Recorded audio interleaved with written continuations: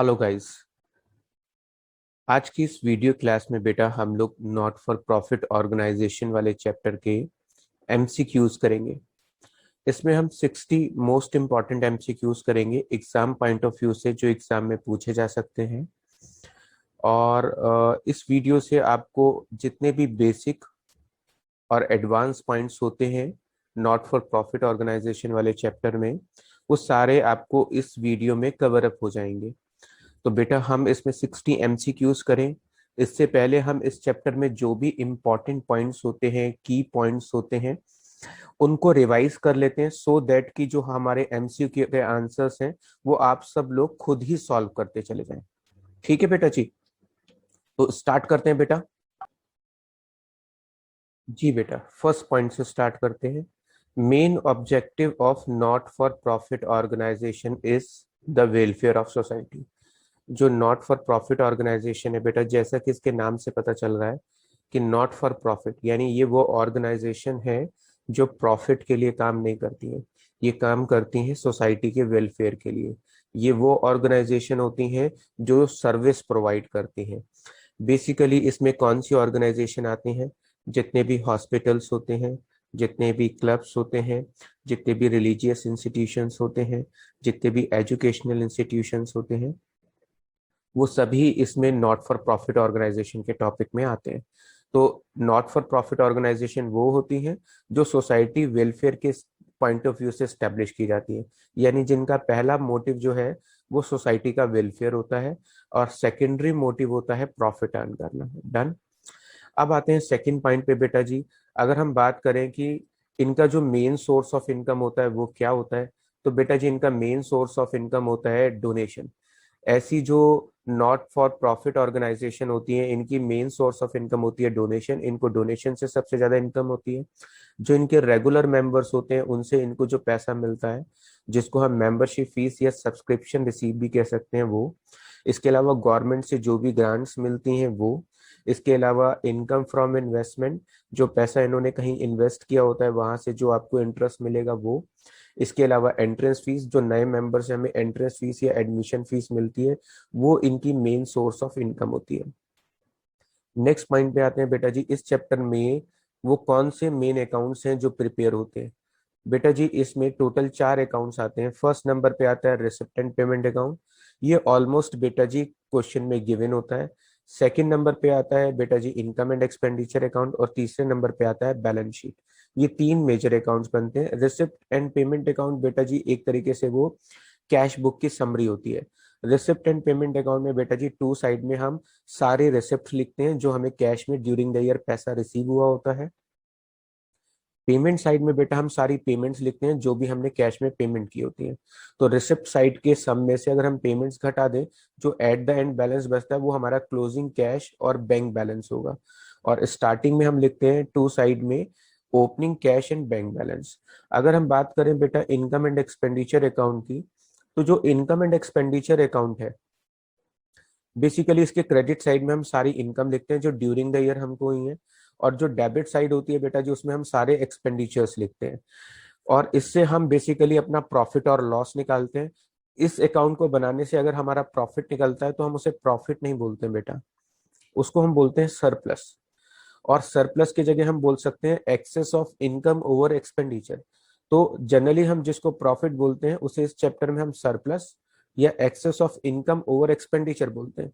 Generally हम जिसे हम नेट लॉस बोलते हैं या लॉस बोलते हैं, इस चैप्टर में उसको बोलते हैं अगर खर्चे ज्यादा हो और इनकम कम हो, मींस एक्सपेंडिचर ज्यादा हो और इनकम का सम कम हो, तो उस कंडीशन में बेटा जी यहाँ पर जो लॉस निकलता है उसको बोलते हैं डेफिसिट, या बोल सकते हैं बेटा जी excess of expenditure over income.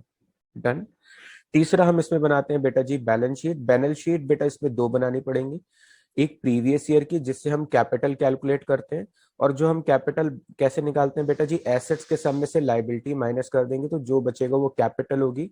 और इस चैप्टर में हम उसे कैपिटल नहीं बोलते, उसको बोलते हैं कैपिटल फंड। डन। और एक हम बैलेंस शीट बनाते हैं बेटा जी करंट ईयर की, सो दैट की जो हमारी करंट ईयर की फाइनेंशियल पोजीशन है उसे जानने के लिए। अब आते हैं बेटा जी जो रिसिप्ट एंड पेमेंट अकाउंट है वो क्या है? बेसिकली बेटा जी वो एक तरीके से कैश बुक की समरी होती है। इसमें सिर्फ कैश रिसिप्ट और कैश पेमेंट आती है।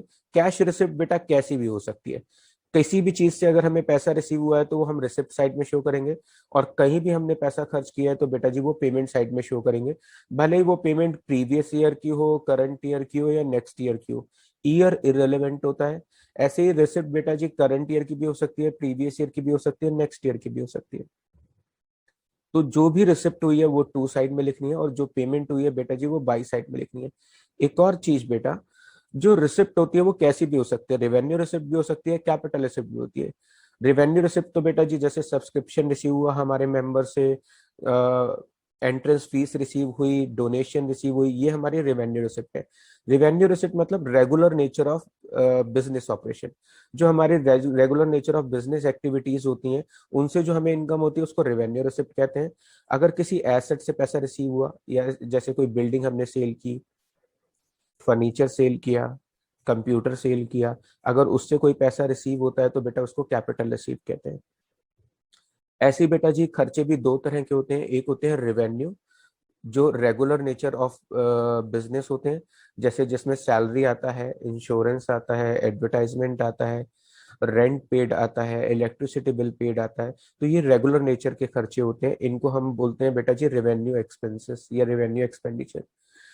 इसी तरीके से कैपिटल एक्सपेंडिचर होते हैं, जैसे मैंने मशीन परचेज की, बिल्डिंग परचेज की, फर्नीचर परचेज किया, तो ये हमारा पेमेंट ऑफ लोन, ये कैपिटल पेमेंट होगी। इसके अलावा जो इनकम एंड एक्सपेंडिचर अकाउंट होता है बेटा जी, वो एक तरीके से प्रॉफिट एंड लॉस अकाउंट की समरी होता है। इनकम एंड एक्सपेंडिचर अकाउंट के क्रेडिट साइड में हम इनकम लिखते हैं, और डेबिट साइड में हम सारे एक्सपेंडिचर्स लिखते हैं। इसके अलावा बेटा जी हम एक बैलेंस शीट बनाते हैं प्रीवियस ईयर की, जिसे हम ओपनिंग बैलेंस शीट भी बोल सकते हैं। जो हम ओपनिंग बैलेंस शीट बनाते हैं बेटा जी, वो बेसिकली सिर्फ कैपिटल फंड को कैलकुलेट करने के लिए बनाते हैं। अगर आपको क्वेश्चन में ऑलरेडी कैपिटल फंड गिवन है तो उस कंडीशन में आपको ओपनिंग बैलेंस शीट या प्रीवियस ईयर बैलेंस शीट बनाने की नीड नहीं होगी। अब बात करते हैं बेटा जी कैपिटल एक्सपेंडिचर। मैंने अभी आपको इसका एग्जांपल भी दिया था कि कैपिटल एक्सपेंडिचर क्या होते हैं। वो सभी एक्सपेंसेस जो एसेट्स को खरीदने में हमारा पैसा खर्च हुआ है, और ऐसा कोई भी खर्चा जिससे बिजनेस की अर्निंग कैपेसिटी इंक्रीज होती हो बेटा, उसको कैपिटल एक्सपेंडिचर कहते हैं।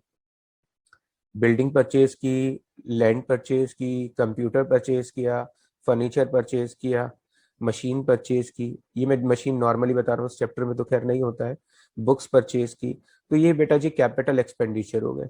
और अगर हमने लोन का पेमेंट किया तो बेटा जी वो भी कैपिटल एक्सपेंडिचर होगा। अगर हमने पर्सनल यूज के लिए पैसा विड्रॉ किया तो बेटा जी वो भी कैपिटल एक्सपेंडिचर होगा। अगर हम बात करें बेटा जी रेवेन्यू एक्सपेंडिचर की, कि रेवेन्यू एक्सपेंडिचर क्या होते हैं, बेटा जी बिजनेस के डे टू डे नेचर के जो खर्चे होते हैं उनको हम रेवेन्यू एक्सपेंडिचर करें, बिजनेस के डे टू डे नेचर के खर्चे। जैसे बेटा जी ऑफिस का एक्सपेंस हो गया, सेलिंग एक्सपेंसेस हो गया, एडमिनिस्ट्रेटिव एक्सपेंसेस हो गए, यानी ऑफिस के एक्सपेंसेस हो गए बेटा जी। इसके अलावा ऑफिस एक्सपेंसेस यहाँ पे लिखे हुए हैं, कोई सेलिंग एक्सपेंस दिया हो, बेसिकली रेंट पेड, जैसे सैलरी पेड टू एम्प्लॉयज बेटा जी, वो सब डन। तो ये होते हैं हमारे रेवेन्यू नेचर के खर्चे, जिन्हें हम डे टू डे नेचर या day to day business operation expense भी बोलते हैं। आइए बेटा आगे चलते हैं। इसके बाद आता है बेटा जी main feature of receipt and payment account. अगर हम बात करें रिसिप्ट एंड पेमेंट अकाउंट में, तो जैसा हमने अभी पहले भी पढ़ा कि बेटा जी ये एक तरीके से समरी ऑफ कैश बुक होता है। इसके अलावा बेटा जी ये रियल अकाउंट होता है, क्योंकि ये एक तरीके से कैश ही है। कैश बुक का मतलब हम कैश का अकाउंट बना रहे हैं, ऐसे रिसिप्ट एंड पेमेंट अकाउंट अपने आप में कैश अकाउंट है। और बेटा जी कैश हमारी एसेट्स होती है, तो बेटा जी ये क्या होगा फिर इस हिसाब से, रियल अकाउंट। जितनी भी एसेट्स होती है वो रियल अकाउंट होती है। उसके नेक्स्ट में आता है बेटा जी, इसमें जितनी भी रिसिप्ट होती हैं वो हम डेबिट साइड में रिकॉर्ड करते हैं, और बेटा जी जितनी भी पेमेंट्स होती हैं वो सारी की सारी हम क्रेडिट साइड में शो करते हैं। जी बेटा, it does not show any non cash items. कोई भी नॉन कैश यानी जिसमें कैश का इन्वॉल्वमेंट नहीं होता, वो आइटम बेटा जी इस रिसिप्ट एंड पेमेंट अकाउंट में नहीं दिखाते हैं। कौन कौन सी ऐसी चीजें हो सकती हैं बेटा जी, like depreciation, loss on sale of fixed assets, gain on sale of fixed assets, outstanding income और एक्सपेंसेस। ये चीजें वो हैं जो नॉन कैश आइटम है, और नॉन कैश आइटम जो है रिसिप्ट एंड पेमेंट अकाउंट में नहीं आती है। इसके बाद आता है बेटा जी जो रिसिप्ट एंड पेमेंट अकाउंट होता है उसके टू साइड में स्टार्टिंग में हम लोग लिखते हैं ओपनिंग कैश बैलेंस, और जो बाई साइड होता है बेटा जी उसमें हम शो करते हैं क्लोजिंग कैश बैलेंस। उसके बाद आता है बेटा जी इसमें आउटस्टैंडिंग और प्रीपेड इनकम एक्सपेंसेस की एडजस्टमेंट नहीं होती है, वो एडजस्टमेंट हमेशा हम इनकम एंड एक्सपेंडिचर अकाउंट में प्लस माइनस करके दिखाते हैं। इसके अलावा बेटा जी इसमें जो रिसिप्ट एंड पेमेंट अकाउंट है इसमें वो सारे रिसिप्ट और पेमेंट शो करते हैं जो वेदर करंट ईयर से रिलेटेड हो, प्रीवियस ईयर से रिलेटेड हो या नेक्स्ट ईयर से रिलेटेड हो। हम इसमें ये डिफरेंशिएट नहीं करते हैं कि ये करंट ईयर का है या प्रीवियस ईयर का है या नेक्स्ट ईयर का है। रिसिप्ट पेमेंट अकाउंट बनाते समय हम current year, previous year, next year से रिलेटेड सारी इंफॉर्मेशन शो करते हैं।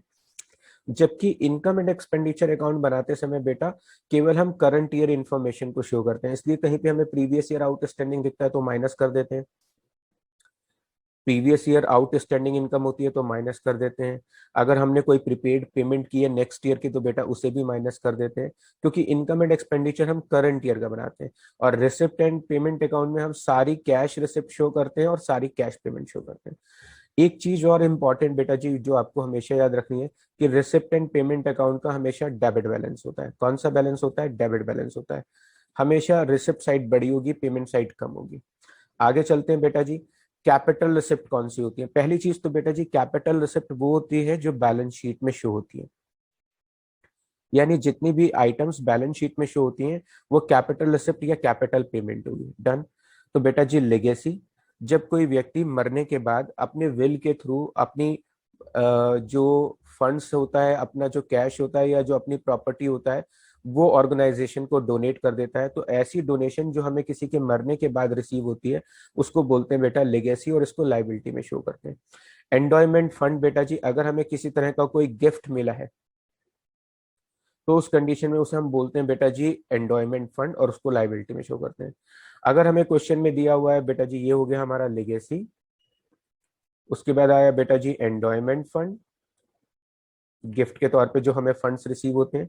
इसके अलावा अगर बेटा जी लिखा है क्वेश्चन में एंट्रेंस फीस को कैपिटलाइज करना है, एंट्रेंस फीस जनरली इनकम होती है, रेवेन्यू नेचर का होता है ये, लेकिन अगर क्वेश्चन में ये मेंशन होता है कि इसे कैपिटलाइज कर दीजिए तो इसका मतलब है टीचर कह रहे हैं इसे आप अपनी कैपिटल रिसिप्ट मानिए, और ऐसे में इस कैपिटल रिसिप्ट को बेटा हम लोग लाइबिलिटी कॉलम में शो करते हैं। इसी तरीके से लाइफ मेंबरशिप फीस अगर हमको किसी मेंबर से मिली है तो वो भी बैलेंस शीट के लाइबिलिटी में आती है, और बेटा ये ऐसी आइटम होती है इसे हम कैपिटल फंड में प्लस करके भी दिखा सकते हैं और अलग से सेपरेट भी शो कर सकते हैं। अगर हमें कोई सब्सक्रिप्शन या डोनेशन रिसीव हुई है किसी स्पेसिफिक पर्पस के लिए तो बेटा जी वो भी लाइबिलिटी में शो होगी।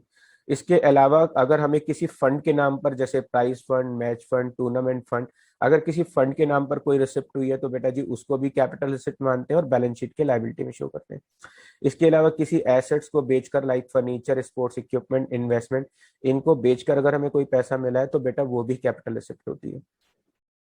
अगर हमारे को किसी फंड पर कोई इंटरेस्ट मिला है बेटा जी तो फंड से रिलेटेड इनकम फंड में ऐड करके दिखाते हैं, इसलिए वो भी कैपिटल रिसिप्ट होती है।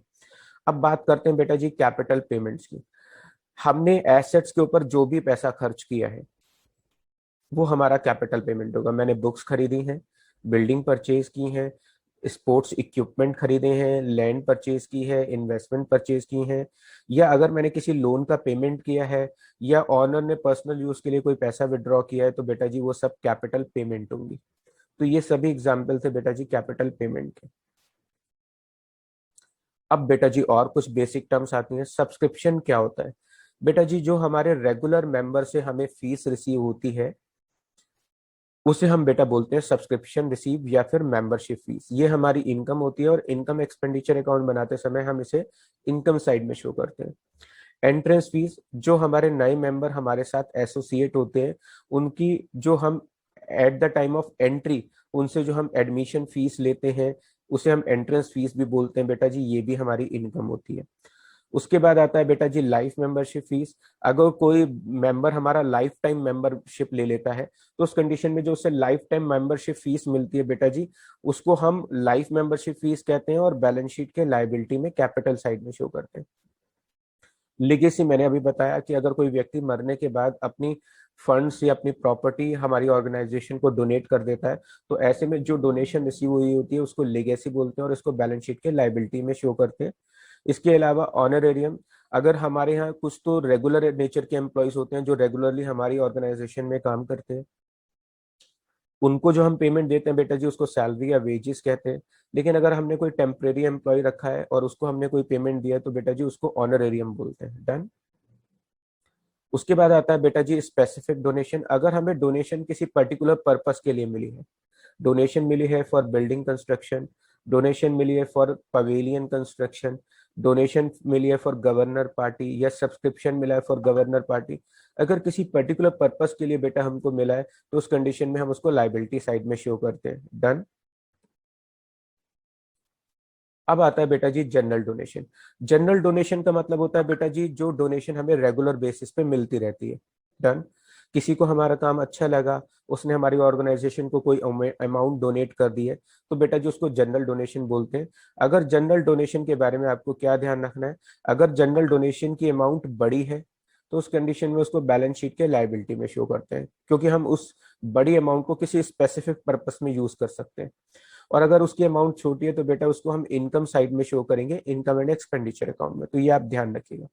एंडोयमेंट फंड, अगर हमें किसी से कोई गिफ्ट के तौर पे कोई फंड मिला है या डोनेशन मिली है तो ऐसी डोनेशन को बेटा जी एंडोयमेंट फंड बोलते हैं और इसको लाइबिलिटी साइड में शो करते हैं। इसके अलावा इस चैप्टर में कुछ एडजस्टमेंट आ जाती हैं, जैसे इनकम एंड एक्सपेंडिचर अकाउंट बनाएंगे तो ऐसे में बेटा उससे रिलेटेड कुछ नीचे एडजस्टमेंट आती हैं। तो वो एडजस्टमेंट के जो पॉइंट्स हैं एक बार वो भी रिवाइज कर लेते हैं। बेटा चाहे सब्सक्रिप्शन रिसीव हो या सैलरी आउटस्टैंडिंग से रिलेटेड पॉइंट हो, यानी सैलरी से रिलेटेड पॉइंट आए, इंश्योरेंस से रिलेटेड पॉइंट आए या सब्सक्रिप्शन से रिलेटेड पॉइंट आए, तो उन सब में सेम कॉमन ट्रीटमेंट होता है।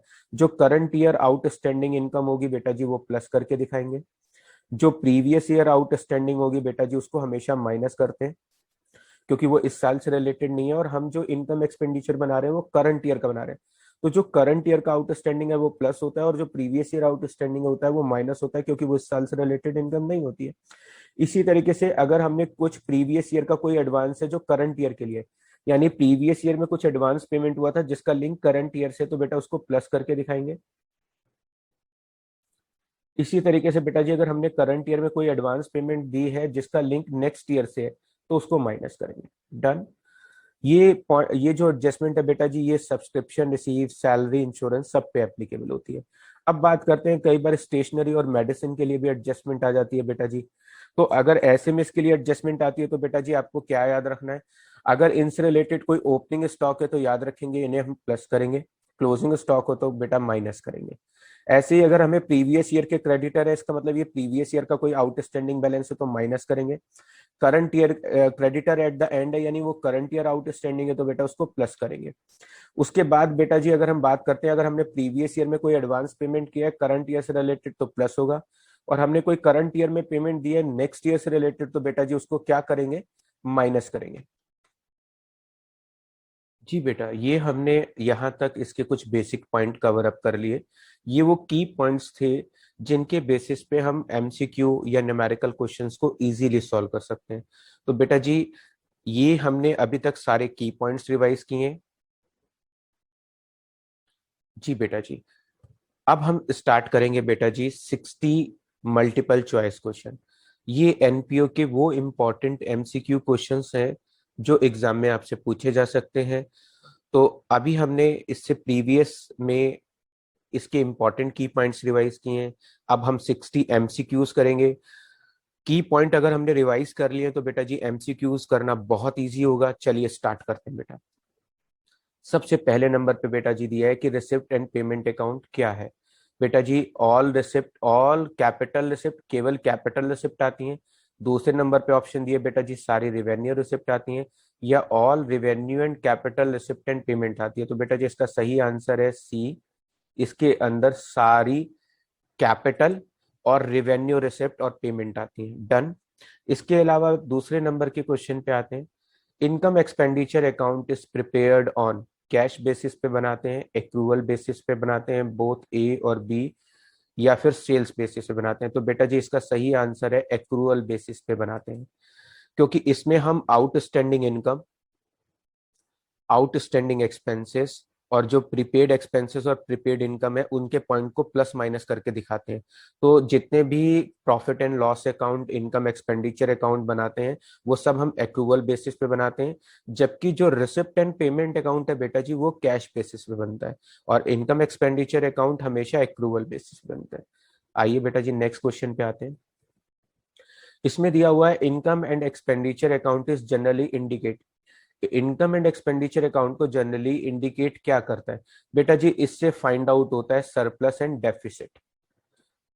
इनकम एंड एक्सपेंडिचर अकाउंट से हम प्रॉफिट और लॉस निकालते हैं, अगर हमें प्रॉफिट निकलता है तो बेटा उसको सरप्लस बोलते हैं, और अगर लॉस निकलता है तो बेटा जी उसको डेफिसिट बोलते हैं। उसके बाद आता है बेटा जी receipt and payment account is prepared on cash basis. अभी हमने पीछे पढ़ा कि जो इनकम एंड एक्सपेंडिचर अकाउंट होता है, जो इनकम एंड एक्सपेंडिचर अकाउंट होता है बेटा जी वो तो हम बनाते हैं एक्रूवल बेसिस पे, जबकि जो रिसिप्ट एंड पेमेंट अकाउंट है बेटा जी वो बनाते हैं कैश बेसिस पे। उसके नेक्स्ट आते हैं receipt and payment account generally shows debit balance. अभी हमने इसके की पॉइंट्स में पढ़ा था, रिसिप्ट एंड पेमेंट अकाउंट हमेशा डेबिट बैलेंस शो करता है। उसके नेक्स्ट आते हैं income and expenditure account record transaction of, इसमें सिर्फ रिवेन्यू नेचर के ट्रांजैक्शन को रिकॉर्ड करते हैं, कैपिटल नेचर की या both revenue and capital nature की। अभी हम पीछे पढ़कर आए हैं कि बेटा जी जो रिवेन्यू नेचर की चीजें होती हैं, चाहे वो रिवेन्यू नेचर की इनकम हो चाहे रिवेन्यू नेचर के एक्सपेंस हो, उन्हें हम शो करते हैं इनकम एंड एक्सपेंडिचर अकाउंट में, और जितनी भी कैपिटल रिसिप्ट और कैपिटल एक्सपेंडिचर होते हैं उनको हम शो करते हैं बैलेंस शीट में बेटा जी। तो यहाँ पर इसने पूछा है इनकम एंड एक्सपेंडिचर अकाउंट में हम क्या शो करते हैं बेटा जी? केवल रिवेन्यू नेचर की ट्रांजेक्शन को शो करते हैं। डन जी बेटा जी। आइएगा इनकम एंड एक्सपेंडिचर अकाउंट से क्या पता चलता है? अभी हमने पहले भी पढ़ा था बेटा जी, सरप्लस और डेफिशिएंसी का पता चलता है। उसके बाद आता है 8 नंबर बेटा जी, अगर हमको सब्सक्रिप्शन रिसीव हुआ है हमारे मेंबर से तो बेटा जी ये हमारे बिजनेस की इनकम होती है, और इसको इनकम एंड एक्सपेंडिचर अकाउंट के क्रेडिट साइड में शो करेंगे। उसके नेक्स्ट आता है बेटा जी अगर हमें डोनेशन किसी स्पेशल पर्पस के लिए मिली है, तो आप जानते हैं बेटा जी अगर हमें डोनेशन रिसीव हुई है तो उसको हम अपनी लाइबिलिटी मानते हैं, किसी स्पेशल पर्पस के लिए मिली हो तो उसको लाइबिलिटी मानते हैं और बैलेंस शीट में शो करते हैं। तो बेटा जी हम इसका एक अलग अकाउंट बनाएंगे, उसमें डोनेशन जो भी हमें मिली है वो क्रेडिट में लिखेंगे, क्योंकि जितनी चीजें क्रेडिट होती हैं उनका क्रेडिट बैलेंस होता है और वो लाइबिलिटी में आती है, और दूसरी बार इसको कहाँ शो करेंगे? लाइबिलिटी में। डन। उसके बाद आते हैं बेटा जी subscription receive by a school organising annual function. हमें जो सब्सक्रिप्शन मिला है बेटा जी वो एनुअल फंक्शन को ऑर्गेनाइज करने के लिए वो सब्सक्रिप्शन मिला है। तो बेटा जी डोनेशन और सब्सक्रिप्शन अगर हमें ये किसी पर्टिकुलर पर्पस के लिए मिले होते हैं तो बैलेंस शीट के लायबिलिटी में आते हैं। तो बेटा जी ये कैपिटल रिसिप्ट है और इसको कहाँ शो करेंगे? बैलेंस शीट के लायबिलिटी में शो करेंगे। उसके नेक्स्ट आते हैं बेटा जी हमको एंट्रेंस फीस रिसीव हुई है बेटा जी, और ये रेगुलर नेचर की है, ये रेगुलर नेचर की है। तो बेटा जी एंट्रेंस फीस हमारी इनकम होती है, तो इसको हम कहाँ शो करेंगे बेटा जी? इनकम एंड एक्सपेंडिचर अकाउंट के क्रेडिट साइड में शो करेंगे। उसके नेक्स्ट आते हैं बेटा जी, इसने कहा है कि इन आइटम्स में से आपको ये बताना है कि कौन सी एक ऐसी आइटम है जो रिसिप्ट एंड पेमेंट अकाउंट में शो होती है। बेटा जी आउटस्टैंडिंग सैलरी एडजस्टमेंट होती है, जो एक्सपेंडिचर में प्लस होकर लाइबिलिटी में आती है। डेप्रिसिएशन एसेट्स में से माइनस करते हैं और देन एक्सपेंडिचर में शो करते हैं, ये नॉन कैश एक्सपेंस होता है। लाइफ मेंबरशिप फीस बेटा जी ये बैलेंस शीट के लाइबिलिटी में शो होता है। इसके अलावा ये एडमिशन लाइफ मेंबरशिप फीस हमें रिसीव होती है, और ये हमें क्वेश्चन में रिसिप्ट कॉलम में दी होती है। और एक्रूड सब्सक्रिप्शन बेटा जी हमारा प्लस होता है एक इनकम साइड में, और देन इसको हम एसेट साइड में प्लस शो करते हैं जितना भी सब्सक्रिप्शन ड्यू होता है। तो बेटा जी टीचर ने पूछा कि रिसिप्ट एंड पेमेंट अकाउंट में क्या शो करेंगे? बेटा जी रिसिप्ट एंड पेमेंट अकाउंट में लाइफ मेंबरशिप फीस को रिसिप्ट कॉलम में शो करेंगे। आइए बेटा जी क्वेश्चन नंबर 13 पे आते हैं, नॉट फॉर प्रॉफिट ऑर्गेनाइजेशन में कौन से अकाउंट प्रिपेयर होते हैं? ट्रेडिंग अकाउंट प्रिपेयर होता है, trading and P and L account prepare होता है, income and expenditure account prepare होता है, या ऑल ऑफ द अबव? आप इसका आंसर जानते हैं कि income and expenditure account prepare होता है। जी बेटा जी नेक्स्ट क्वेश्चन पे आते हैं 14 नंबर, जो रिसिप्ट एंड पेमेंट अकाउंट है वो किस चीज की समरी होता है? बेटा जी रिसिप्ट एंड पेमेंट अकाउंट जो है वो समरी होता है ऑल कैश रिसिप्ट और पेमेंट की। उसके बाद आते हैं बेटा जी रिसिप्ट एंड पेमेंट अकाउंट। कौन सा अकाउंट होता है? आप जानते हैं कि रिसिप्ट एंड पेमेंट अकाउंट एक तरीके से कैश अकाउंट होता है। कैश हमारी एसेट्स होती है और जितनी भी एसेट्स होती हैं वो रियल अकाउंट के अंदर आती हैं। चलिए बेटा, उसके बाद आते हैं बेटा जी इनकम एंड एक्सपेंडिचर अकाउंट। कौन सा है? इनकम एंड एक्सपेंडिचर अकाउंट में बेटा हम इनकम और एक्सपेंसेस को शो करते हैं। और इनकम और एक्सपेंसेस को कौन सा अकाउंट रेफर करता है? नॉमिनल अकाउंट, क्योंकि नॉमिनल अकाउंट में सारे इनकम और एक्सपेंस आते हैं। तो इनकम एंड एक्सपेंडिचर अकाउंट एक नॉमिनल अकाउंट होता है।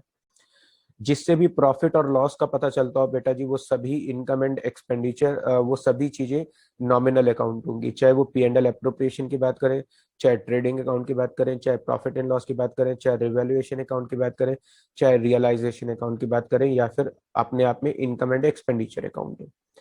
उसके नेक्स्ट आते हैं बेटा जी, अगर इनकम एंड एक्सपेंडिचर का क्रेडिट बैलेंस आ रहा है। क्रेडिट बैलेंस कब आता है?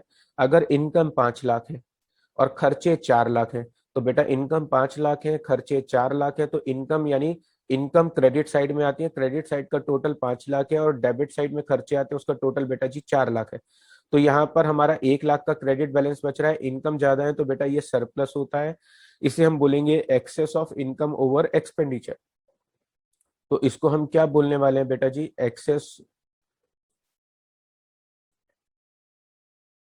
Access of income over expenditure, या हम इसको सरप्लस भी बोल सकते हैं। तो अगर इनकम एंड एक्सपेंडिचर का क्रेडिट बैलेंस है तो बेटा ये इनकम होगी या सरप्लस होगा। आगे चलते हैं बेटा जी, source of income for a not for profit organisation. आपको बताना है कि जो सोर्स ऑफ इनकम है, जो मेन सोर्स ऑफ इनकम है, यानी कि नॉट फॉर प्रॉफिट ऑर्गेनाइजेशन को कहाँ कहाँ से मेनली इनकम होती है, ये पूछा है क्वेश्चन में। जो उसके रेगुलर मेंबर से सब्सक्रिप्शन रिसीव हुआ है वो, donation receive, entrance fees, it means इसका आंसर है ऑल ऑफ द अबव। आगे चलते हैं बेटा जी, इसमें दिया है विच of the following item represent capital receipt. आपको इसमें छाटना है और बताना है कि कौन सी कैपिटल रिसिप्ट है। बेटा जी सबसे पहले नंबर पे दिया है लाइफ मेंबरशिप सब्सक्रिप्शन। बेटा जी ये कैपिटल रिसिप्ट है, ये बैलेंस शीट के लायबिलिटी में आती है। जितनी भी आइटम्स बैलेंस शीट में आती हैं वो या तो कैपिटल एक्सपेंडिचर होंगी या कैपिटल रिसिप्ट होंगी। बाकी डोनेशन इनकम में शो करते हैं, सब्सक्रिप्शन को इनकम में शो करते हैं, इंटरेस्ट ऑन इन्वेस्टमेंट को इनकम में शो करते हैं। तो ये तीनों चीजें नीचे वाली रिवेन्यू नेचर की है। डन। आइए बेटा आगे चलते हैं। Amount receive from sale of grass.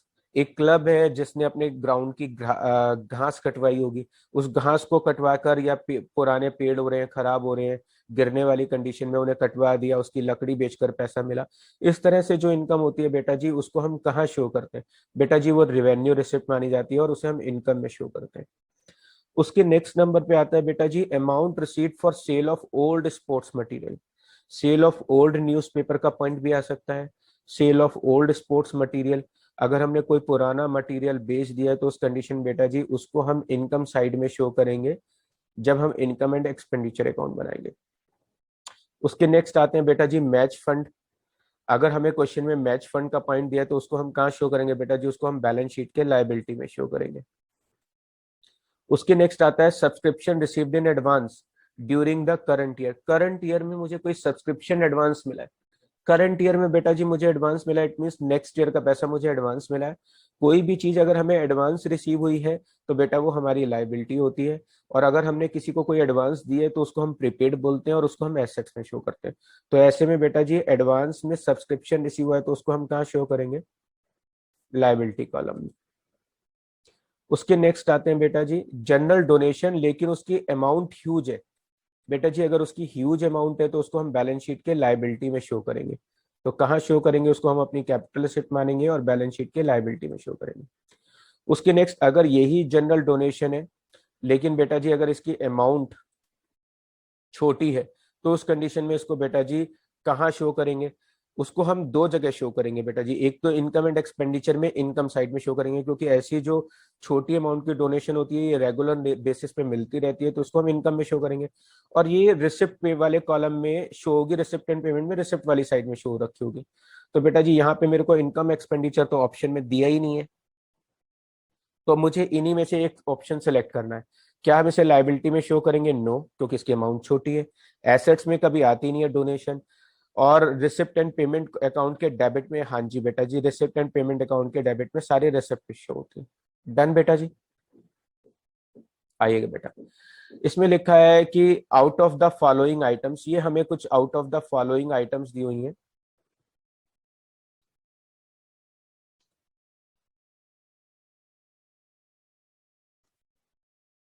थोड़ा सा करेक्शन कर दूं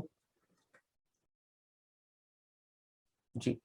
बेटा जी, out of the following items आपको ये बताना है इनमें से कौन सी एक आइटम ऐसी है जो रिसिप्ट एंड पेमेंट अकाउंट में शो होगी। बेटा जी, एक्रूड सब्सक्रिप्शन, ये तो एडजस्टमेंट होती है। आउटस्टैंडिंग सैलरी, ये भी एडजस्टमेंट होती है। डेप्रिसिएशन नॉन कैश आइटम होती है। इसका आंसर होगा नन ऑफ दीज। इनमें से कोई भी आइटम ऐसी नहीं है जो रिसिप्ट एंड पेमेंट अकाउंट में शो होती है। उसके नेक्स्ट आते हैं बेटा जी, out of the following items, इनमें से बताना है कि कौन सी एक ऐसी आइटम है जो रिसिप्ट एंड पेमेंट अकाउंट में नहीं आएगी। बेटा जी, अगर मुझे एडवांस में कोई सब्सक्रिप्शन रिसीव हुआ है, पैसा आ रहा है, तो इसे रिसिप्ट में दिखाएंगे। सब्सक्रिप्शन ड्यू है बेटा जी, सब्सक्रिप्शन ड्यू है और हम आउटस्टैंडिंग वाले पॉइंट को शो नहीं करते हैं, तो आउटस्टैंडिंग एक्रूड इनकम को शो नहीं करते हैं, तो बेटा यही वो पॉइंट है। नीचे दिया है लास्ट ईयर का कोई सब्सक्रिप्शन रिसीव हुआ है तो वो भी पैसा रिसीव हो रहा है, तो ये रिसिप्ट कॉलम में आएगा। तो इसका सही आंसर है बेटा बी, आउटस्टैंडिंग सब्सक्रिप्शन। उसके नेक्स्ट नंबर पे आते हैं बेटा जी, out of the following items, इनमें से कौन सी आइटम है आपको छाट के बताना है जो रिसिप्ट एंड पेमेंट अकाउंट में शो होगी। तो बेटा जी, सब्सक्रिप्शन रिसीव हुआ है, हमें शो होगा। लास्ट ईयर का कोई रुका हुआ पैसा सब्सक्रिप्शन का मिला है, बेटा जी पैसा आ रहा है, रिसिप्ट में शो करेंगे। हमें करंट ईयर का सब्सक्रिप्शन रिसीव हुआ है, हाँ जी पैसा आ रहा है, बेटा जी रिसिप्ट में शो करेंगे। इसका मतलब है हम तीनों आइटम शो करेंगे, तो इसका आंसर है D, all of the above. Donation receive हुई है अगर हमें स्पेसिफिक पर्पस के लिए, बेटा जी अगर हमें डोनेशन किसी पर्टिकुलर पर्पस के लिए रिसीव हुआ है तो उसे हम कहाँ शो करेंगे बेटा जी, बैलेंस शीट के लायबिलिटी में शो करेंगे। तो इसका आंसर है बेटा बी। उसके नेक्स्ट आता है subscription receive by an organisation. जो भी सब्सक्रिप्शन रिसीव होता है वो हमारे को एक तरीके से हमारे मेंबर से हमारी मेंबरशिप फीस मिली है, तो वो ये रेवेन्यू नेचर की इनकम होती है, तो बेटा इसका आंसर है बी। उसके नेक्स्ट नंबर पे आते हैं बेटा जी, which of the following not represent capital receipt, कौन सी कैपिटल रिसिप्ट नहीं है वो बताना है। तो बेटा जी, कैपिटल रिसिप्ट वो होती है जो बैलेंस शीट में आती है, तो अब हमें ये बताना है कि कौन सी आइटम बैलेंस शीट में नहीं आती है। Life membership subscription balance sheet में आता है। Donation for building construction balance sheet में आता है। सब्सक्रिप्शन रिसीव इनकम में आता है और टूर्नामेंट फंड लाइबिलिटी में आता है। तो बेटा जी, सब्सक्रिप्शन रिसीव इनकम में आता है, यही ये रेवेन्यू नेचर की आइटम है, और बाकी तीनों चीजें जो है कैपिटल नेचर की आइटम है। डन बेटा जी। बेटा जी आइएगा, इसमें लिखा है इन नॉट फॉर प्रॉफिट ऑर्गेनाइजेशन में क्या इंक्लूड होता है, कौन सी ऑर्गेनाइजेशन आती है। रिलीजियस ऑर्गेनाइजेशन भी आती है, ट्रेड यूनियन भी आते हैं, क्लब भी आते हैं, एजुकेशनल इंस्टीट्यूशंस भी आते हैं, जितने हॉस्पिटल्स होते हैं वो सब भी इसके अंदर आते हैं। तो इट मीन्स इसका आंसर है बेटा ई, ऑल ऑफ द अबव। वो ऑर्गेनाइजेशन या वो एंटिटीज नहीं आती हैं जो बाइंग एंड सेलिंग का बिजनेस करती हैं। लाइफ मेंबरशिप फीस अगर एक क्लब को मिली है तो बेटा जी उसको हम बैलेंस शीट के लायबिलिटी में शो करेंगे। अगर क्वेश्चन में हमको दिया हुआ है बेटा जी हमारी एसेट्स ज्यादा है और लाइबिलिटी कम है, फॉर एग्जांपल एसेट्स 5 लाख की है, लाइबिलिटी 2 लाख की है, तो बेटा जी एसेट्स और लाइबिलिटी बैलेंस शीट का टोटल तो बराबर होता है। एसेट्स 5 लाख है, लाइबिलिटी 2 लाख है, तो डिफरेंस को हम 3 लाख अपना कैपिटल फंड मान लेंगे। तो पूछा है कि अगर excess of assets over liability है तो उसे क्या मानेंगे, capital fund. Life membership fees अगर किसी क्लब को मिली है तो वो कौन से रिसिप्ट होती है बेटा जी, एक ही क्वेश्चन है लाइफ मेंबरशिप को, लेकिन कितने अलग अलग तरीके से टीचर पूछ रहा है।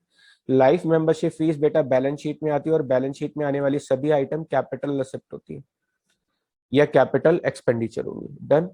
इसके बाद आता है बेटा जी मोस्ट ऑफ द ट्रांजेक्शन जो नॉन ट्रेडिंग कंसर्न में होती है वो कौन से नेचर की होती है, बेटा जी कैश नेचर की होती है। इसके अलावा which of the following is directly added to the capital fund, इनमें से कौन सी ऐसी आइटम है आपको छाट कर बताना है जो बैलेंस शीट के लायबिलिटी में कैपिटल फंड में प्लस होती है। बेटा जी यहाँ पर एक लाइफ मेंबरशिप फीस ही एक ऐसी चीज है जिसे हम डायरेक्टली कैपिटल फंड में ऐड करके दिखा सकते हैं। आप चाहें तो अलग से भी दिखा सकते हैं और चाहें तो उसमें ऐड करके भी दिखा सकते हैं। ठीक है बेटा, चलिए आगे चलते हैं। बेटा जी यहां से अब हमारे कुछ न्यूमेरिकल क्वेश्चंस होंगे। अभी तक हम सारे थियोरटिकल क्वेश्चंस कर रहे थे और अब यहां से हम इसके प्रैक्टिकल क्वेश्चन से स्टार्ट करने वाले हैं बेटा जी। जी बेटा, क्वेश्चन नंबर 39 से शुरू करते हैं। क्वेश्चन में लिखा है बेटा जी subscription receive during the year 40,000 का है, और आपको ये न्यूमेरिकल समझ में आ जाए इसलिए बेटा जी यहाँ पर मैंने एक छोटा सा फॉर्मेट बनाया हुआ है समझाने के लिए। तो बेटा जी सब्सक्रिप्शन रिसीव कहाँ आता है, इनकम में। तो बेटा जी सब्सक्रिप्शन रिसीव हुआ है 40,000 रुपए का, यहाँ पे मैं लिख देता हूँ 40,000 रुपए। उसके नेक्स्ट बेटा जी हमको दिया हुआ है, मैं इनका थोड़ा सा फोन साइज बड़ा कर दूं सो दैट कि आपको वीडियो में दिखाई दे जाए।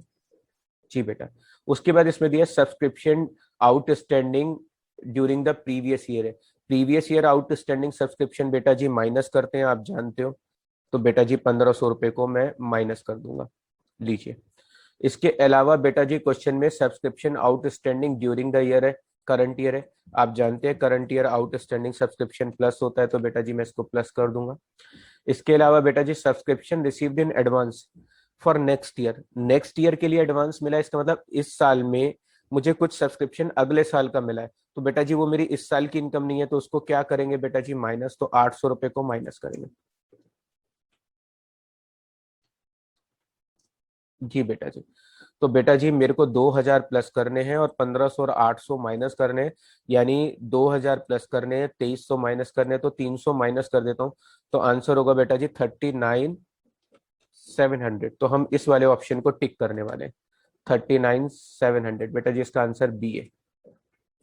आइएगा बेटा जी क्वेश्चन नंबर 40 पे। Subscription received in cash during the year, हमको 5 लाख रुपए का सब्सक्रिप्शन मिला है। तो 5 लाख का सब्सक्रिप्शन मिला है, तो बेटा जी मैं सब्सक्रिप्शन शो कर देता हूँ यहाँ पे 5 लाख रुपए,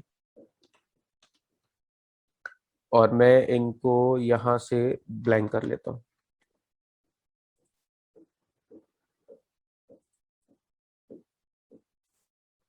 जी बेटा जी, अब आगे लिखा है बेटा जी subscription during the previous year outstanding 20,000 है और करंट ईयर आउटस्टैंडिंग 25,000 है।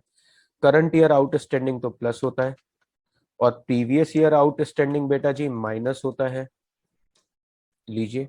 उसके बाद बेटा जी मुझे दिया है कि subscription received in advance for the next year, next year के लिए एडवांस मिला है, तो बेटा जी उसको माइनस करेंगे, तो 8,000 रुपए को मैं माइनस कर दूंगा। उसके बाद बेटा जी दिया है subscription received in advance during the previous year, previous year में अगर मुझे कुछ एडवांस मिला है, तो बेटा जी एडवांस का मतलब होता है फ्यूचर का पैसा पहले मिल जाना। तो प्रीवियस ईयर में एडवांस मिला है, तो प्रीवियस ईयर में किसका एडवांस मिला हुआ, करंट ईयर का।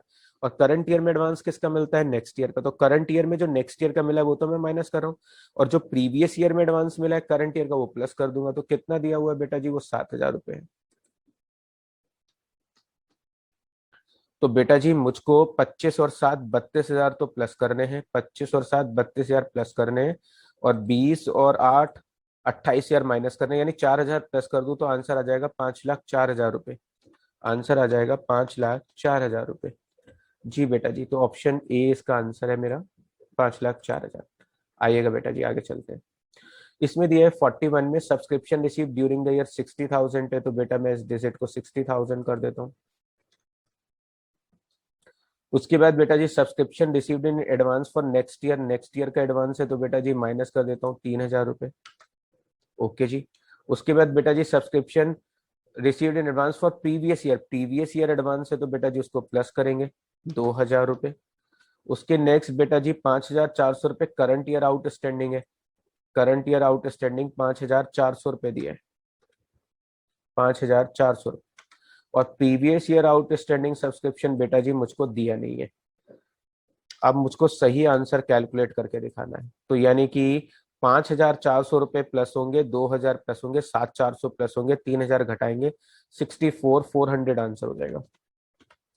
तो बेटा जी ऑप्शन देख लेते हैं कौन सा आ रहा है। सर इसका आंसर डी है। जी बेटा इसका आंसर डी है। आगे चलते हैं बेटा जी। ऐसी एक और क्वेश्चन है, subscription receive in cash during the year 3 lakh है, तो बेटा जी यहाँ पर मैं अमाउंट 3 लाख रुपए कर देता हूँ। उसके बाद बेटा जी subscription received in advance for next year है, नेक्स्ट ईयर का एडवांस बेटा जी माइनस होता है, तो 10,000 रुपये बेटा जी मैं माइनस कर रहा हूँ। इसके अलावा बेटा जी प्रीवियस ईयर का एडवांस है 8,000 रुपये, तो इसको मैं प्लस कर दूंगा, 8,000 रुपये यहाँ प्लस कर लिया। 18,000 रुपये बेटा जी प्रीवियस ईयर आउटस्टैंडिंग है, और आप जानते हो कि प्रीवियस ईयर आउटस्टैंडिंग क्या होता है, sir previous year outstanding minus होता है। जी बेटा मैं माइनस ही कर रहा हूँ। करंट ईयर आउटस्टैंडिंग बेटा जी 12,000 रुपये दिया है, तो इसकी जगह बेटा जी मैं 12,000 ले लेता हूँ। तो बेटा जी 12 और 8 20 हजार तो प्लस करने, 12 और 8 20 प्लस करने, और 18 और 10 28 माइनस करने, यानी 8 हजार माइनस कर दें तो 2,92,000 आंसर हो जाएगा बेटा जी। 2,92,000 जी। बेटा जी आंसर ऑप्शन है बेटा सी। जी बेटा आपको समझ में आ रहा होगा, होप यू बेटा। चलिए आइए और क्वेश्चंस देखते हैं। हमको क्वेश्चन में दिया है इनकम एंड एक्सपेंडिचर में बताइए कितनी अमाउंट शो करेंगे, आपको ये बताना है। Subscription receive during the year 4 lakh रुपए, बेटा जी मैंने यहाँ लिख लिया 4 लाख रुपए है। जब इस तरीके से क्वेश्चन में आता है तो बेटा जी 2009 हमारा प्रीवियस ईयर है, 2010 हमारा करंट ईयर है, तो करंट ईयर आउटस्टैंडिंग के 25 हजार प्लस कर देता हूँ। प्रीवियस ईयर आउटस्टैंडिंग 10 हजार है बेटा जी, उसको मैं ब्रैकेट में ले लेता हूँ क्योंकि वो माइनस होता है। लीजिए, इसके अलावा प्रीवियस ईयर एडवांस बेटा जी 3 हजार रुपये दे रखा है, तो प्रीवियस ईयर एडवांस के 3 हजार रुपये हमें प्लस करने, लीजिए प्लस कर दिया। उसके बाद बेटा जी हमें 2 हजार रुपये दिया है करंट ईयर एडवांस, तो उसको माइनस कर देते हैं। तो 25 और 3 28, प्लस 28 में से 10 गए 18, 18 में से 2 गए 16, 16 प्लस कर देते हैं। तो आंसर हो जाएगा बेटा जी 4,16,000 रुपये, ये आंसर होगा। तो ऑप्शन देख लेते हैं कौन सा है बेटा, इसका आंसर बी है। उसके नेक्स्ट आते हैं बेटा जी, हमको दिया है कि देयर आर 200 मेंबर्स, 200 मेंबर है, और एक मेंबर हमें 1,000 रुपये का सब्सक्रिप्शन देता है।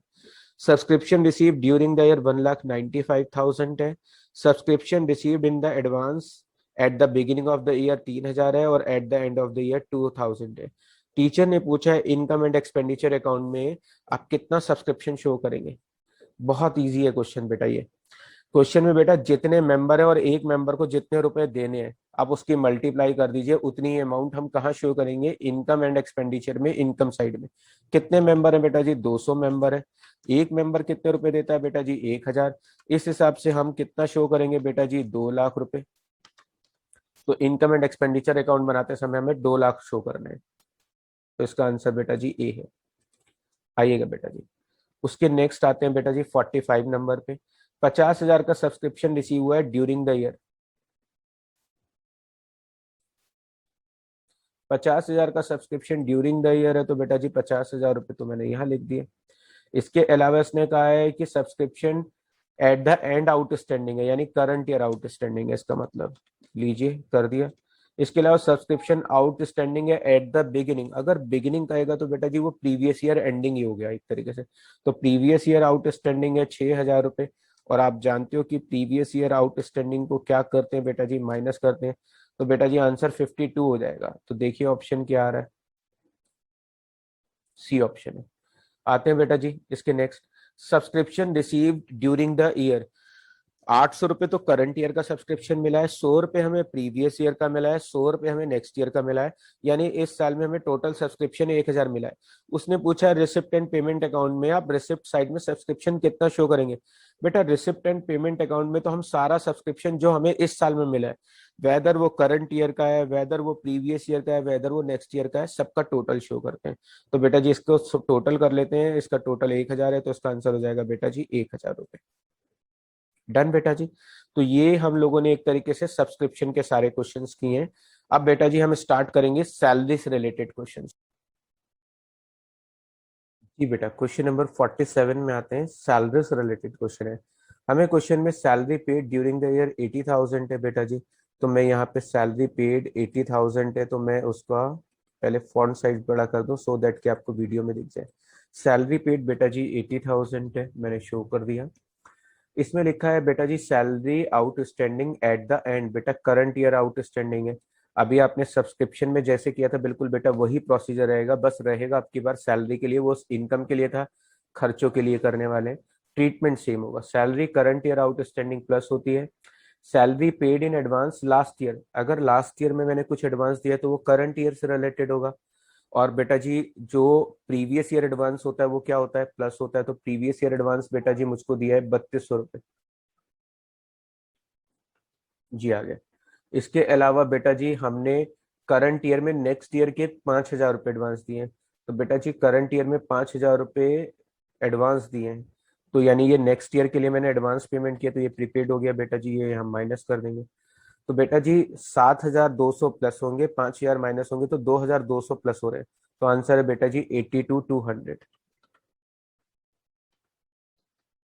तो इसका आंसर देखते हैं बेटा जी, ऑप्शन नंबर सी इसका आंसर है।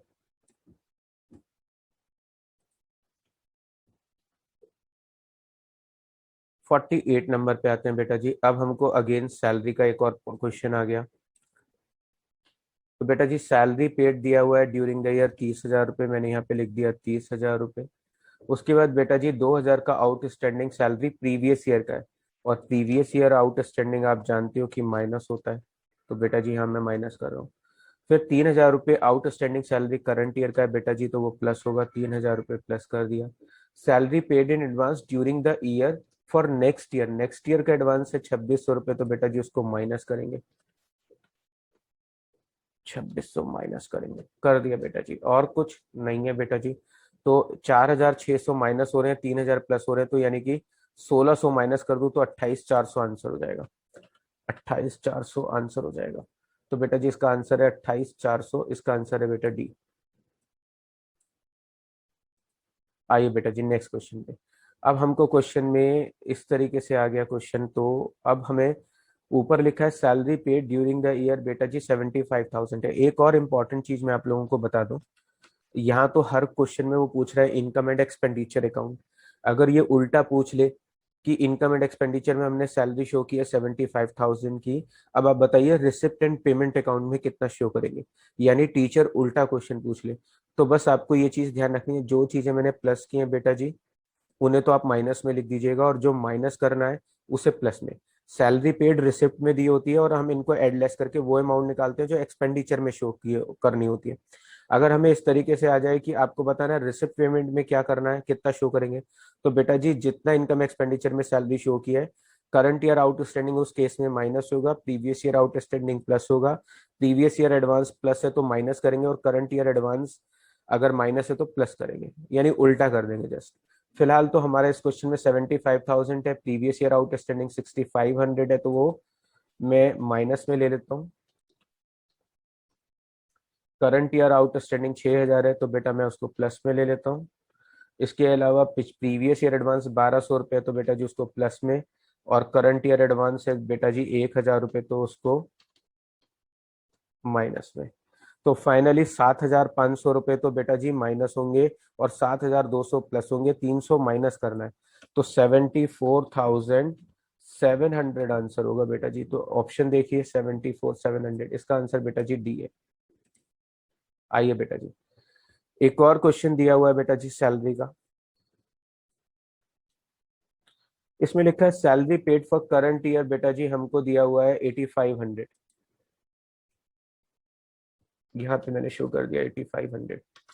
फिर हमको लिखा है बेटा जी आउटस्टैंडिंग सैलरी जो कि प्रीवियस ईयर में दी है। ये एक तरीके से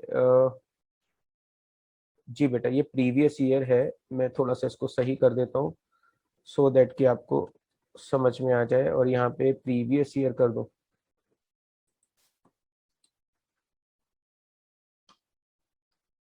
जी बेटा जी प्रीवियस दीजिए। बेटा जी प्रीवियस ईयर में आउटस्टैंडिंग 300 है, तो वो तो माइनस हो जाएगा, तो बेटा ब्रैकेट का निशान लगा के 300 माइनस कर दिया। Current year salary paid in advance, advance related to current year, last year में हमने दिया है करंट ईयर से रिलेटेड। ओके। तो बेटा जी प्रीवियस ईयर एडवांस 500 रुपये, वो तो प्लस हो जाएगा, तो यहाँ पे 500 रुपये प्लस में लिख रहा हूँ। इसके अलावा prepaid salary for next year है बेटा जी, नेक्स्ट ईयर का एडवांस है तो माइनस करेंगे 250। करंट ईयर आउटस्टैंडिंग नहीं दे रखा है मुझको इसमें, नहीं दे रखा है। चलिए एडलेस कर लेते हैं बेटा जी, 550 माइनस करने हैं, 500 प्लस करने हैं, तो 50 माइनस कर देता हूँ, 8450 आंसर होगा। तो बेटा जी इसका आंसर आ रहा है डी। आइए बेटा जी और क्वेश्चंस प्रैक्टिस करते हैं। अब की बार बेटा जी क्वेश्चन आ रहा है स्टेशनरी और मेडिसिन को लेकर। तो बेटा जी स्टेशनरी और मेडिसिन का ट्रीटमेंट तो आप जानते हो कैसे करते थे, कि अगर हमें क्वेश्चन में स्टेशनरी का पेमेंट दिया है या मेडिसिन का पेमेंट दिया होता है तो ओपनिंग स्टॉक प्लस होता है, क्लोजिंग स्टॉक माइनस होता है। ऐसे ही प्रीवियस ईयर का अगर क्रेडिटर आउटस्टैंडिंग है तो वो बैलेंस माइनस करेंगे, क्योंकि प्रीवियस ईयर आउटस्टैंडिंग माइनस करते हैं, और current year outstanding creditor plus कर देंगे।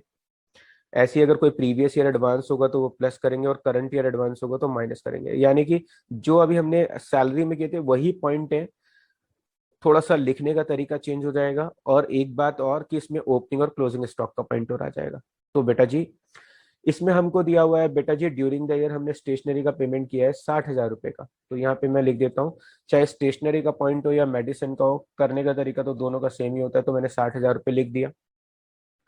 फिर उसके बाद बेटा जी प्रीवियस ईयर आउटस्टैंडिंग क्रेडिटर है, प्रीवियस ईयर आउटस्टैंडिंग माइनस होता है, तो प्रीवियस ईयर आउटस्टैंडिंग 8,000 रुपये बेटा जी माइनस कर रहा हूँ। जैसे आप previous year outstanding expenses minus कर रहे थे, यहाँ मैं previous year outstanding creditor minus कर रहा हूँ। ऐसे ही करंट ईयर आउटस्टैंडिंग क्रेडिटर क्या होंगे बेटा जी, प्लस होंगे। इसके अलावा ओपनिंग स्टॉक है बेटा जी, ओपनिंग स्टॉक 3,000 रुपये प्लस होगा, और करंट ईयर का क्लोजिंग स्टॉक बेटा जी माइनस होगा। ये मैंने माइनस कर दिया। एडवांस मुझे कुछ दिया नहीं, अगर प्रीवियस ईयर एडवांस होता तो बेटा जी मैं यहाँ उसको प्लस करता, करंट ईयर एडवांस को माइनस करता, फिर फाइनली आंसर निकालता। तो बेटा जी 8 और 3 11,200 मुझे माइनस करने और 9,000 प्लस करने, तो यानी 2,200 माइनस करने। 2,200 माइनस करता हूँ तो 57,800 बचेगा। देखते हैं मेरा ऑप्शन क्या आ रहा है। 57,800 बेटा जी ऑप्शन ए इसका आंसर है। आइए बेटा जी नेक्स्ट में आते हैं। अब यही पॉइंट क्वेश्चन में बेटा जी टीचर ने स्टेशनरी की बजाय मेडिसिन को लेकर दे दिया। ट्रीटमेंट तो सेम रहेगा, 2,50,000 दिया है, तो बेटा जी यहाँ लिख देता हूँ 2,50,000 रुपीज। उसके बाद बेटा जी अनपेड यानी आउटस्टैंडिंग पेमेंट फॉर मेडिसिन है, प्रीवियस ईयर आउटस्टैंडिंग 10,000 रुपये, क्या करेंगे बेटा जी, माइनस करेंगे, यहाँ कर दिया। और करंट ईयर आउटस्टैंडिंग बेटा जी 12,000 प्लस करेंगे, तो 12,000 रुपये यहाँ प्लस कर रहा हूँ। इसके अलावा बेटा जी स्टॉक दिया है 8,000 रुपये का, जो ओपनिंग स्टॉक होता है उसको तो प्लस करते हैं। इसके अलावा जो क्लोजिंग स्टॉक है बेटा जी उसको माइनस करते हैं, 13,000 रुपये।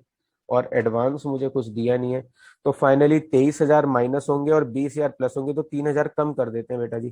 2,47,000 आंसर आ रहा है बेटा जी। देखिए इसका ऑप्शन क्या है बेटा जी, इसका आंसर है बी। उसके बाद आते हैं बेटा जी, हमको फर्नीचर का क्वेश्चन दिया है। पढ़ते हैं बेटा क्या दिया है क्वेश्चन में। फर्नीचर ऑन 31 मार्च 2019 4,40,000 का है। 1 अप्रैल को यानी साल के स्टार्टिंग में हमारे पास 40,000 का फर्नीचर था। ओके, 40,000 का फर्नीचर 1 अप्रैल को था साल के स्टार्टिंग में, और उसने कहा है कि 20% लॉस पर ये हमने दिसंबर में बेच दिया। अप्रैल में बैलेंस दिया हुआ है, दिसंबर में बेच दिया। पहले पीरियड गिन लेते हैं, अप्रैल, मई, जून, जुलाई, अगस्त, सितंबर, अक्टूबर, नवंबर, दिसंबर। बेटा जी 9 मंथ हो गए। Okay done.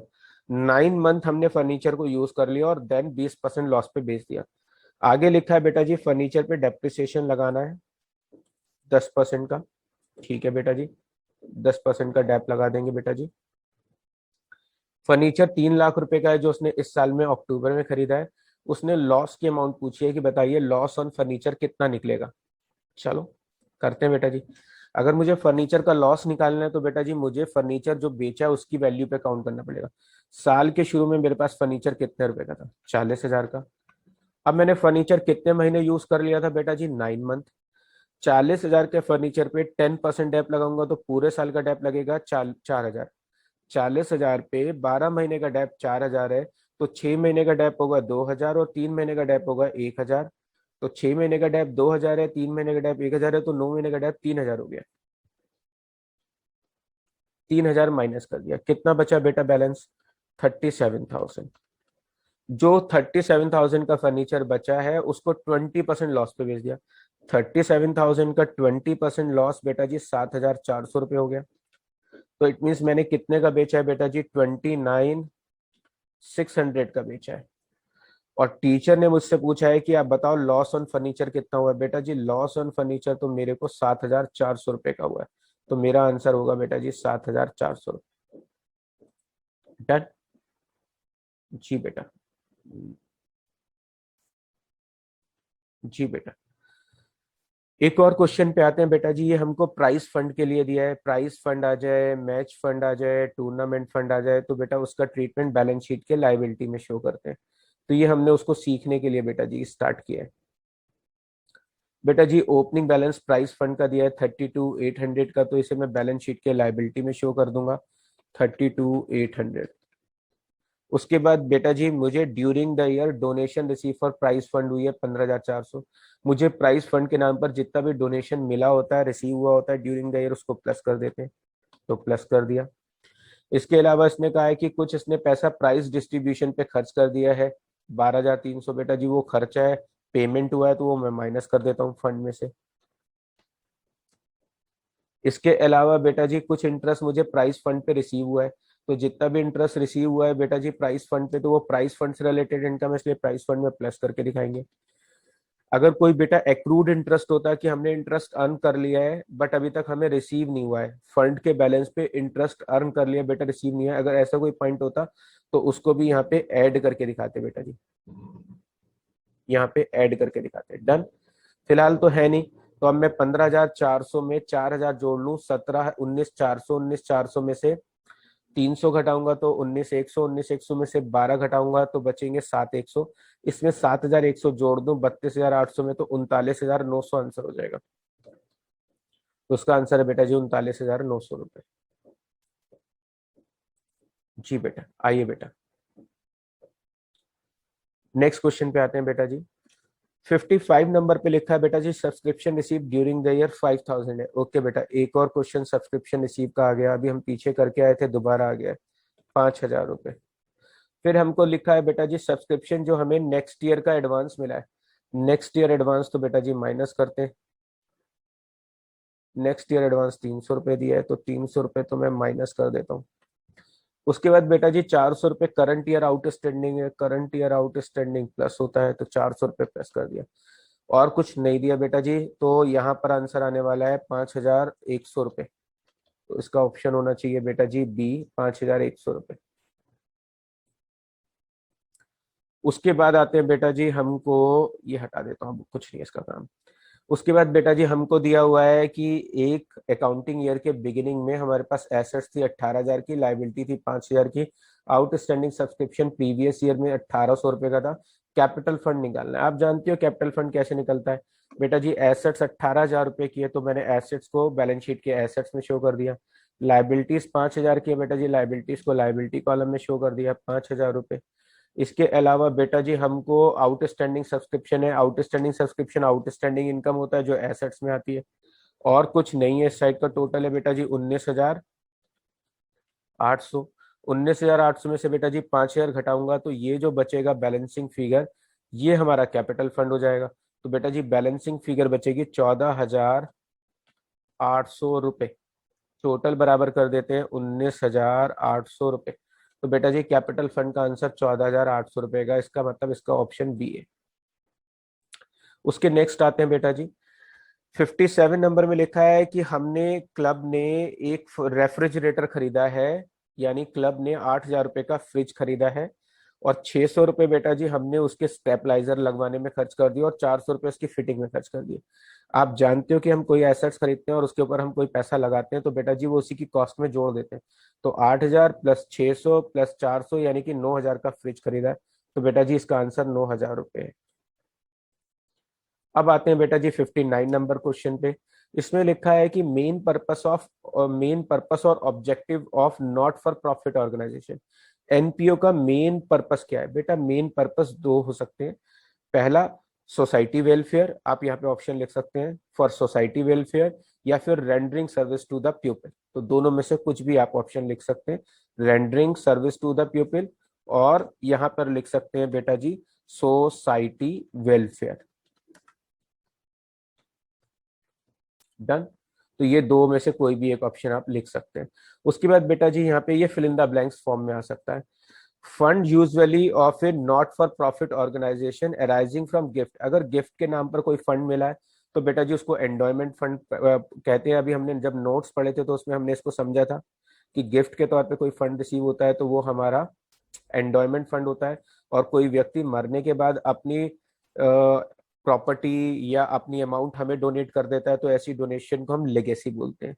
तो बेटा जी ये हमारे 60 क्वेश्चंस थे जो हमने आज की क्लास में किए हैं। सबसे पहले हमने कुछ बेसिक्स पॉइंट्स कवर किए थे, उसके बाद हमने 60 क्वेश्चंस किए हैं जिनमें कुछ थियोरेटिकल क्वेश्चंस थे और कुछ न्यूमेरिकल क्वेश्चन किए। तो होप यू गाइस ये वीडियो आपके लिए बहुत यूजफुल रही होगी और इस वीडियो से आपको इसके ऑलमोस्ट पूरे चैप्टर के इंपॉर्टेंट कंसेप्ट और एमसीक्यूज रिवाइज हो गए होंगे।